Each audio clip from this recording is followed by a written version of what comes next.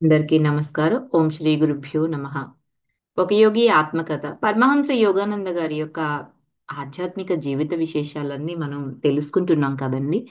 అందుట్లో భాగంగా ఈరోజు మనం నిన్న మహా అవతార్ బాబాజీ క్రియా సాధన పితామహ ఎవరు అంటే మహా అవతార్ బాబాజీ.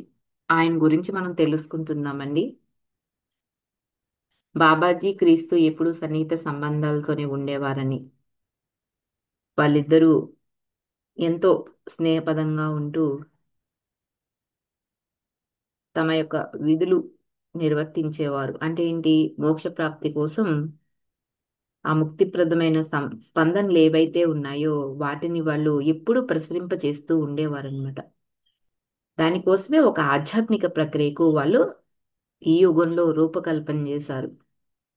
వాళ్ళిద్దరూ ఒకళ్ళేమో సశరీరులు, మరొకరేమో అశరీరులు. ఇలాంటి విషయాలన్నీ మనం తెలుసుకున్నాం కదండి. ఎందుకంటే బాబాజీ గారి గురించి ఎక్కడా కూడా ఎటువంటి చారిత్రాత్మకమైన ప్రస్తావన లేదు. అంటే ఆయన గురించి ఎక్కడ అసల ఎటువంటి ఆయన పలానా వాళ్ళకి పుట్టారని గాని, పలానా తల్లిదండ్రులు ఆహ్, ఆహ్, ఆయన ఎక్కడుండేవారు, ఆయన సాధన ఎలా జరిగింది, చాలా వరకు బహిరంగంగా ఏ శతాబ్దంలోనూ కూడా ఆయన ఎప్పుడు దర్శనం అసలు ఇవ్వనే లేదండి. ఆయన ఎవరంటే ఒక పరమ ఉత్కృష్టమైన గురుదేవులు కదా! ఎందుకు అంటే, తప్పుడు వ్యాఖ్యానాలు చేసే వాళ్ళకి అవకాశం ఇవ్వకూడదనుకున్నారండి. మహావతార్ బాబాజీ గారు. అందుకే ఈయన ఎవరికీ కూడా ఆయన గురించి తెలిసిన వివరాలని తెలియచేయలేదండి. ఎంతో వినమ్రంగా ఆయన మరుగున పడి, ఆ యొక్క పనులన్నీ చేస్తూ ఉండేవారనమాట. భూమిపైన ఎంతోమంది మరి మహానుభావులు అవతరిస్తూనే ఉంటారు. వాళ్ళ పని నెరవేరడంతో వాళ్ళందరూ కూడా నిష్క్రమిస్తూనే ఉంటారు. అలాగే బాబాజీ గారు కూడా ఒక అవతార పురుషులే అని మనకు తెలిసింది కదండి. ఎటువంటి మహాపురుషులు జనసామాన్యం స్థూల దృష్టి కంటండి అతీతంగా ఉండి తెరమరుగునే ఉంటారంట.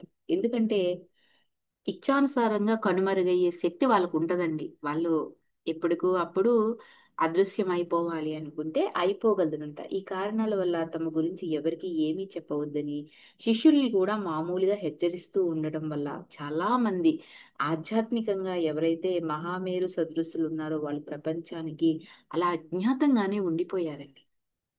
ఈ పుట్టల్లో ఇక్కడ మనకి పరమహంస యోగానంద గారు ఇచ్చేది కేవలం బాబాజీ గారి యొక్క జీవితాన్ని గురించి ఒక సూచన మాత్రమే కానీ బహిరంగంగా తెలపడానికి తగినవి అయిన సహాయకరమైనవి అని బాబాజీ గారు ఏదైతే చెప్పమన్నారో ఆ వాస్తవాలు కొన్ని మాత్రమే మనకిక్కడ పరమహంస గారు తెలియజేస్తున్నారండి. ఎందుకంటే బాబాజీ గారి కుటుంబాన్ని గురించి కానీ, జన్మస్థలం గురించి కానీ, చరిత్రకారులు ఎవరైతే ఉన్నారో వాళ్ళకి ప్రీతి పాత్రమైన పరిమితి విధించే వాస్తవాలు అసలు ఏవి ఇప్పటికీ కూడా వెల్లడి కాలేదు. ఆయన మాట్లాడేది సాధారణంగా హిందీలో అండి. కానీ ఏ భాషలో అయినా కూడా అవలి అవలీలగా మాట్లాడేస్తారు ఆయన. ఎందుకంటే ఈయన బాబాజీ అన్న సరళమైన పేరు పెట్టుకున్నారు.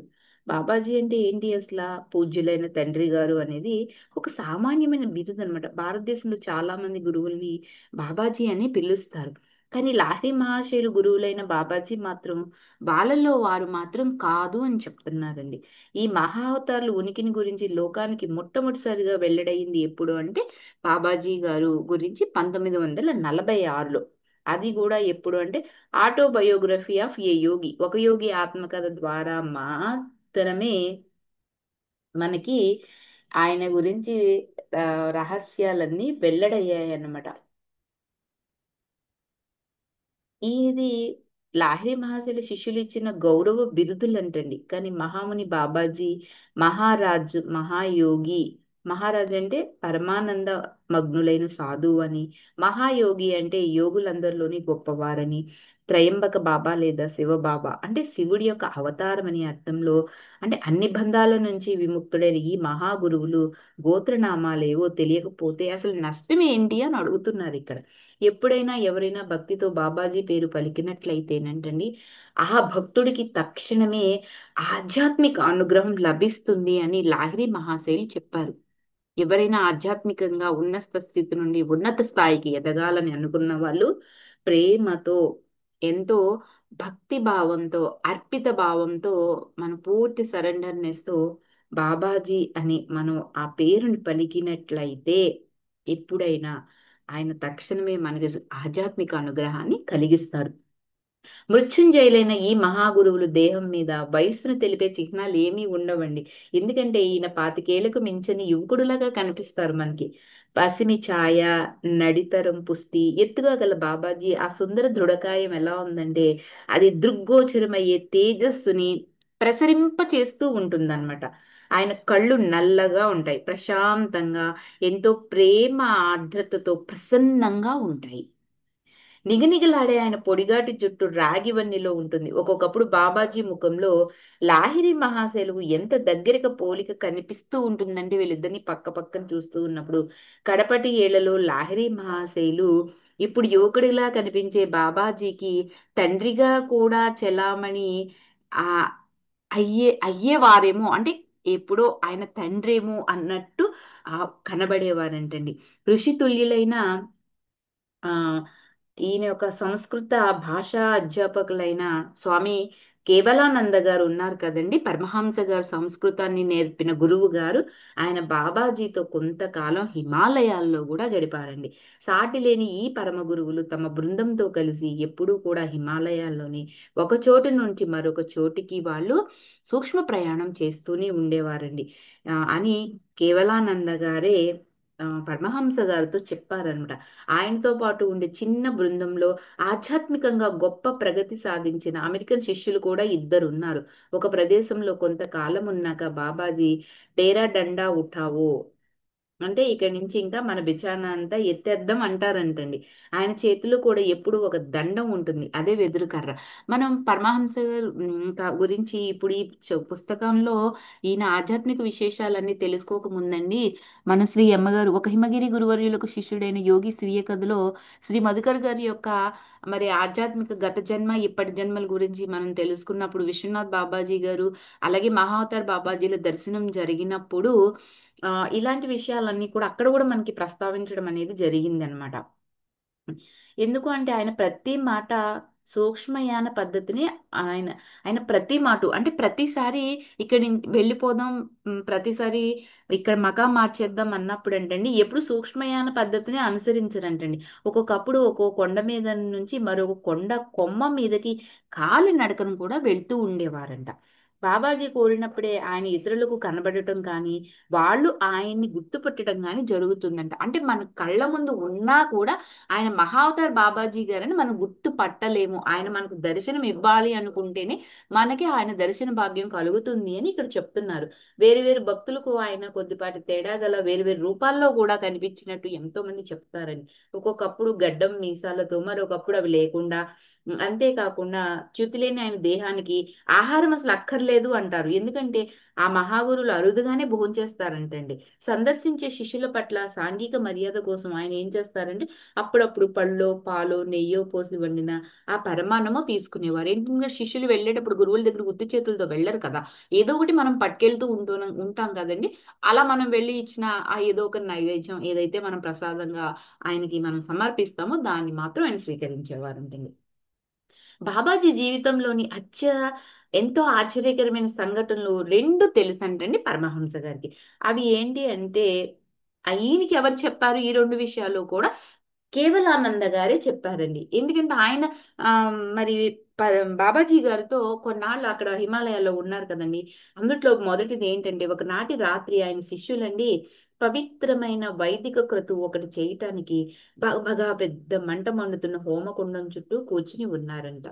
ఆ ఉన్నట్టుండి గురువు గారు ఏంటండి మండుతున్న కట్టె ఒకటి తీసుకుని హోమకుండానికి పక్కనే ఉన్న ఒక శిష్యుడు భుజం మీద కొట్టారంట. స్వామి ఎంత క్రూరమన్నారు ఆక్షేపణగానంట.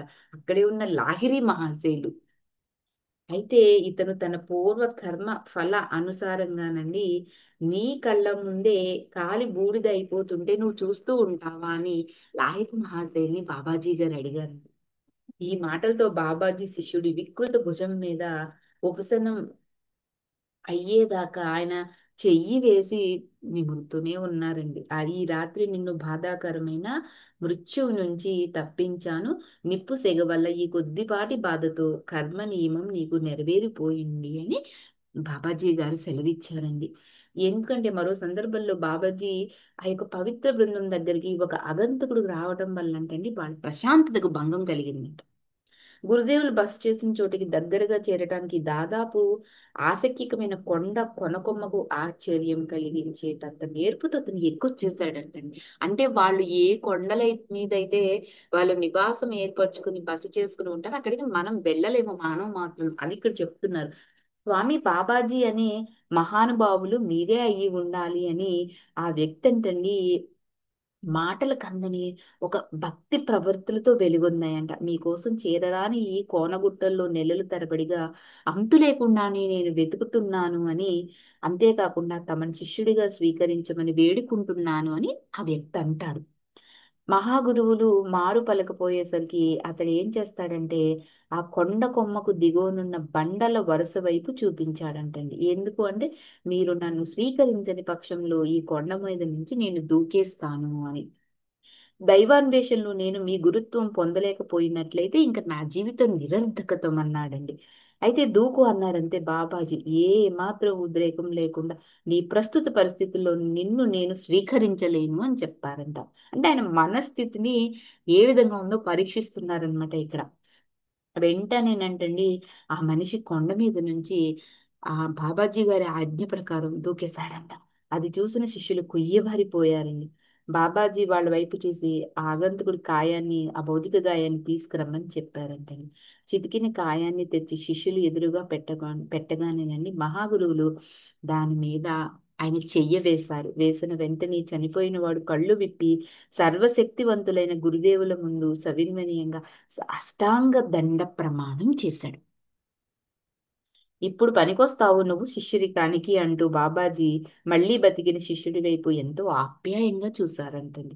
కఠినమైన పరీక్షను ధైర్యంగా ఎదుర్కొని కృతరా కృతార్థుడివి అయ్యావు నువ్వు అని, చావన్నది మళ్ళీ ఇక తాకదు నిన్ను అని చెప్పి ఆ నువ్విప్పుడు మా అమర బృందంలో ఒకడివి అన్నారంటండి. అంటే ఆయన బృందంలో ఉన్న వాళ్ళు ఎవరు కూడా వాళ్ళకి చావు అనేది లేదు. అమర బృందము అంటే మనకి ఇక్కడ అర్థమవుతుంది కదా, ఒక అడవి అన్నారండి. ఆ తరువాత అలవాటు ప్రకారం డేరా దండా ఉంటావు అంటూ మళ్ళీ అక్కడి నుంచి బయలుదేరిపోయారంట. మరుక్షణంలో వారి బృందం అంతా కూడా కొండ మీద నుంచి మాయమైపోయింది. అంటే వాళ్ళు అక్కడ ఏం చేశారు, సూక్ష్మాయనమాను అక్కడ పద్ధతిని పాటించారంట. విధేయతకు సంబంధించిన పరీక్ష అన్ని జ్ఞానపూర్ణులైన గురుదేవులు దూకు అనగానే ఆ వ్యక్తి ఏం చేశాడు, విధేయుడై దూకేశాడండి. కా దానికి అతను వెనుకాడి ఉంటే బాబాజీ గురుత్వం పొందలేని జీవితం నిరర్ధకమని అతను భావిస్తున్నట్లుగా తను చెప్పిన మాటలు అబద్ధమని రుజువయ్యాయి కదా. అంతేకాకుండా గురువు మీద తనకున్న సంపూర్ణమైన విశ్వాసం కూడా లేదనే సంగతి బయట పెట్టుకునేవాడు. అందువల్ల ఈ పరీక్ష కఠినము అసాధారణము అయినప్పటికీ అప్పటి స్థితిలో అవి చాలా అవసరము అని ఇక్కడ మనకి పరమహంస యోగానంద గారు చెప్తున్నారనమాట. అయితే మనకి అవతార పురుషుడైన సర్వవ్యాపకమైన ఆత్మలో వసిస్తాడంటండి. ఎప్పుడూ కూడా అవతార పురుషుడు నాలుగు దిశల మధ్య కూడా దూరభావం ఆయనకి ఎప్పుడూ ఉండదంట. కాబట్టి బాబాజీ గారండి శతాబ్దాల తరబడిగా కూడా తన భౌతిక రూపాన్ని నిలుపుకోవటానికి ప్రేరణ కలిగించిన ఒకే ఒక కారణం ఏమిటంటే మానవ జాతికి కల సాధ్యాలకు ఏవై వాస్తవ నిదర్శనం ఒకటి చూపించాలన్న కోరిక ఉందంట. దైవత్వాన్ని మానవ రూపంలో దర్శించే అవకాశం కనుక మనిషికి లేకపోయినట్టయితే ఆ మత్యత్వాన్ని అధిగమించలేమనే భారమైన మాయా భ్రాంతి అతన్ని అణిచిపెట్టి ఉంచుతుందంటండి. యేసుక్రీస్తుకు తన జీవిత క్రమం ఏమిటో మొదటి నుంచి తెలుసు కదండి. తన జీవితంలో ప్రతి ఒక్క సంఘటనను ఆయన అనుభవించింది తన కోసమైతే కాదు, ఎందుకంటే కర్మ నిబంధన వల్ల కూడా కాదు, చింతనా పరులైన మానవుల ఉద్ధరణ కోసమే ఆ శిక్షలన్నీ కూడా ఆయన అనుభవించాడు. ముత్తయి, మార్కు, లోక, యోహోవాను అనే సువార్తికులు అంటే ఇవాంజలిస్టులు అంటారు వీళ్ళు. వీళ్ళు నలుగురు కూడానండి భావితరాల వారి ఉపయోగార్థం ఈ అద్భుత జీవిత నాటకాన్ని వాళ్ళు గ్రంథస్థం చేశారంటండి. మిగతాది రేపు తెలుసుకుందామండి. Thank you for watching.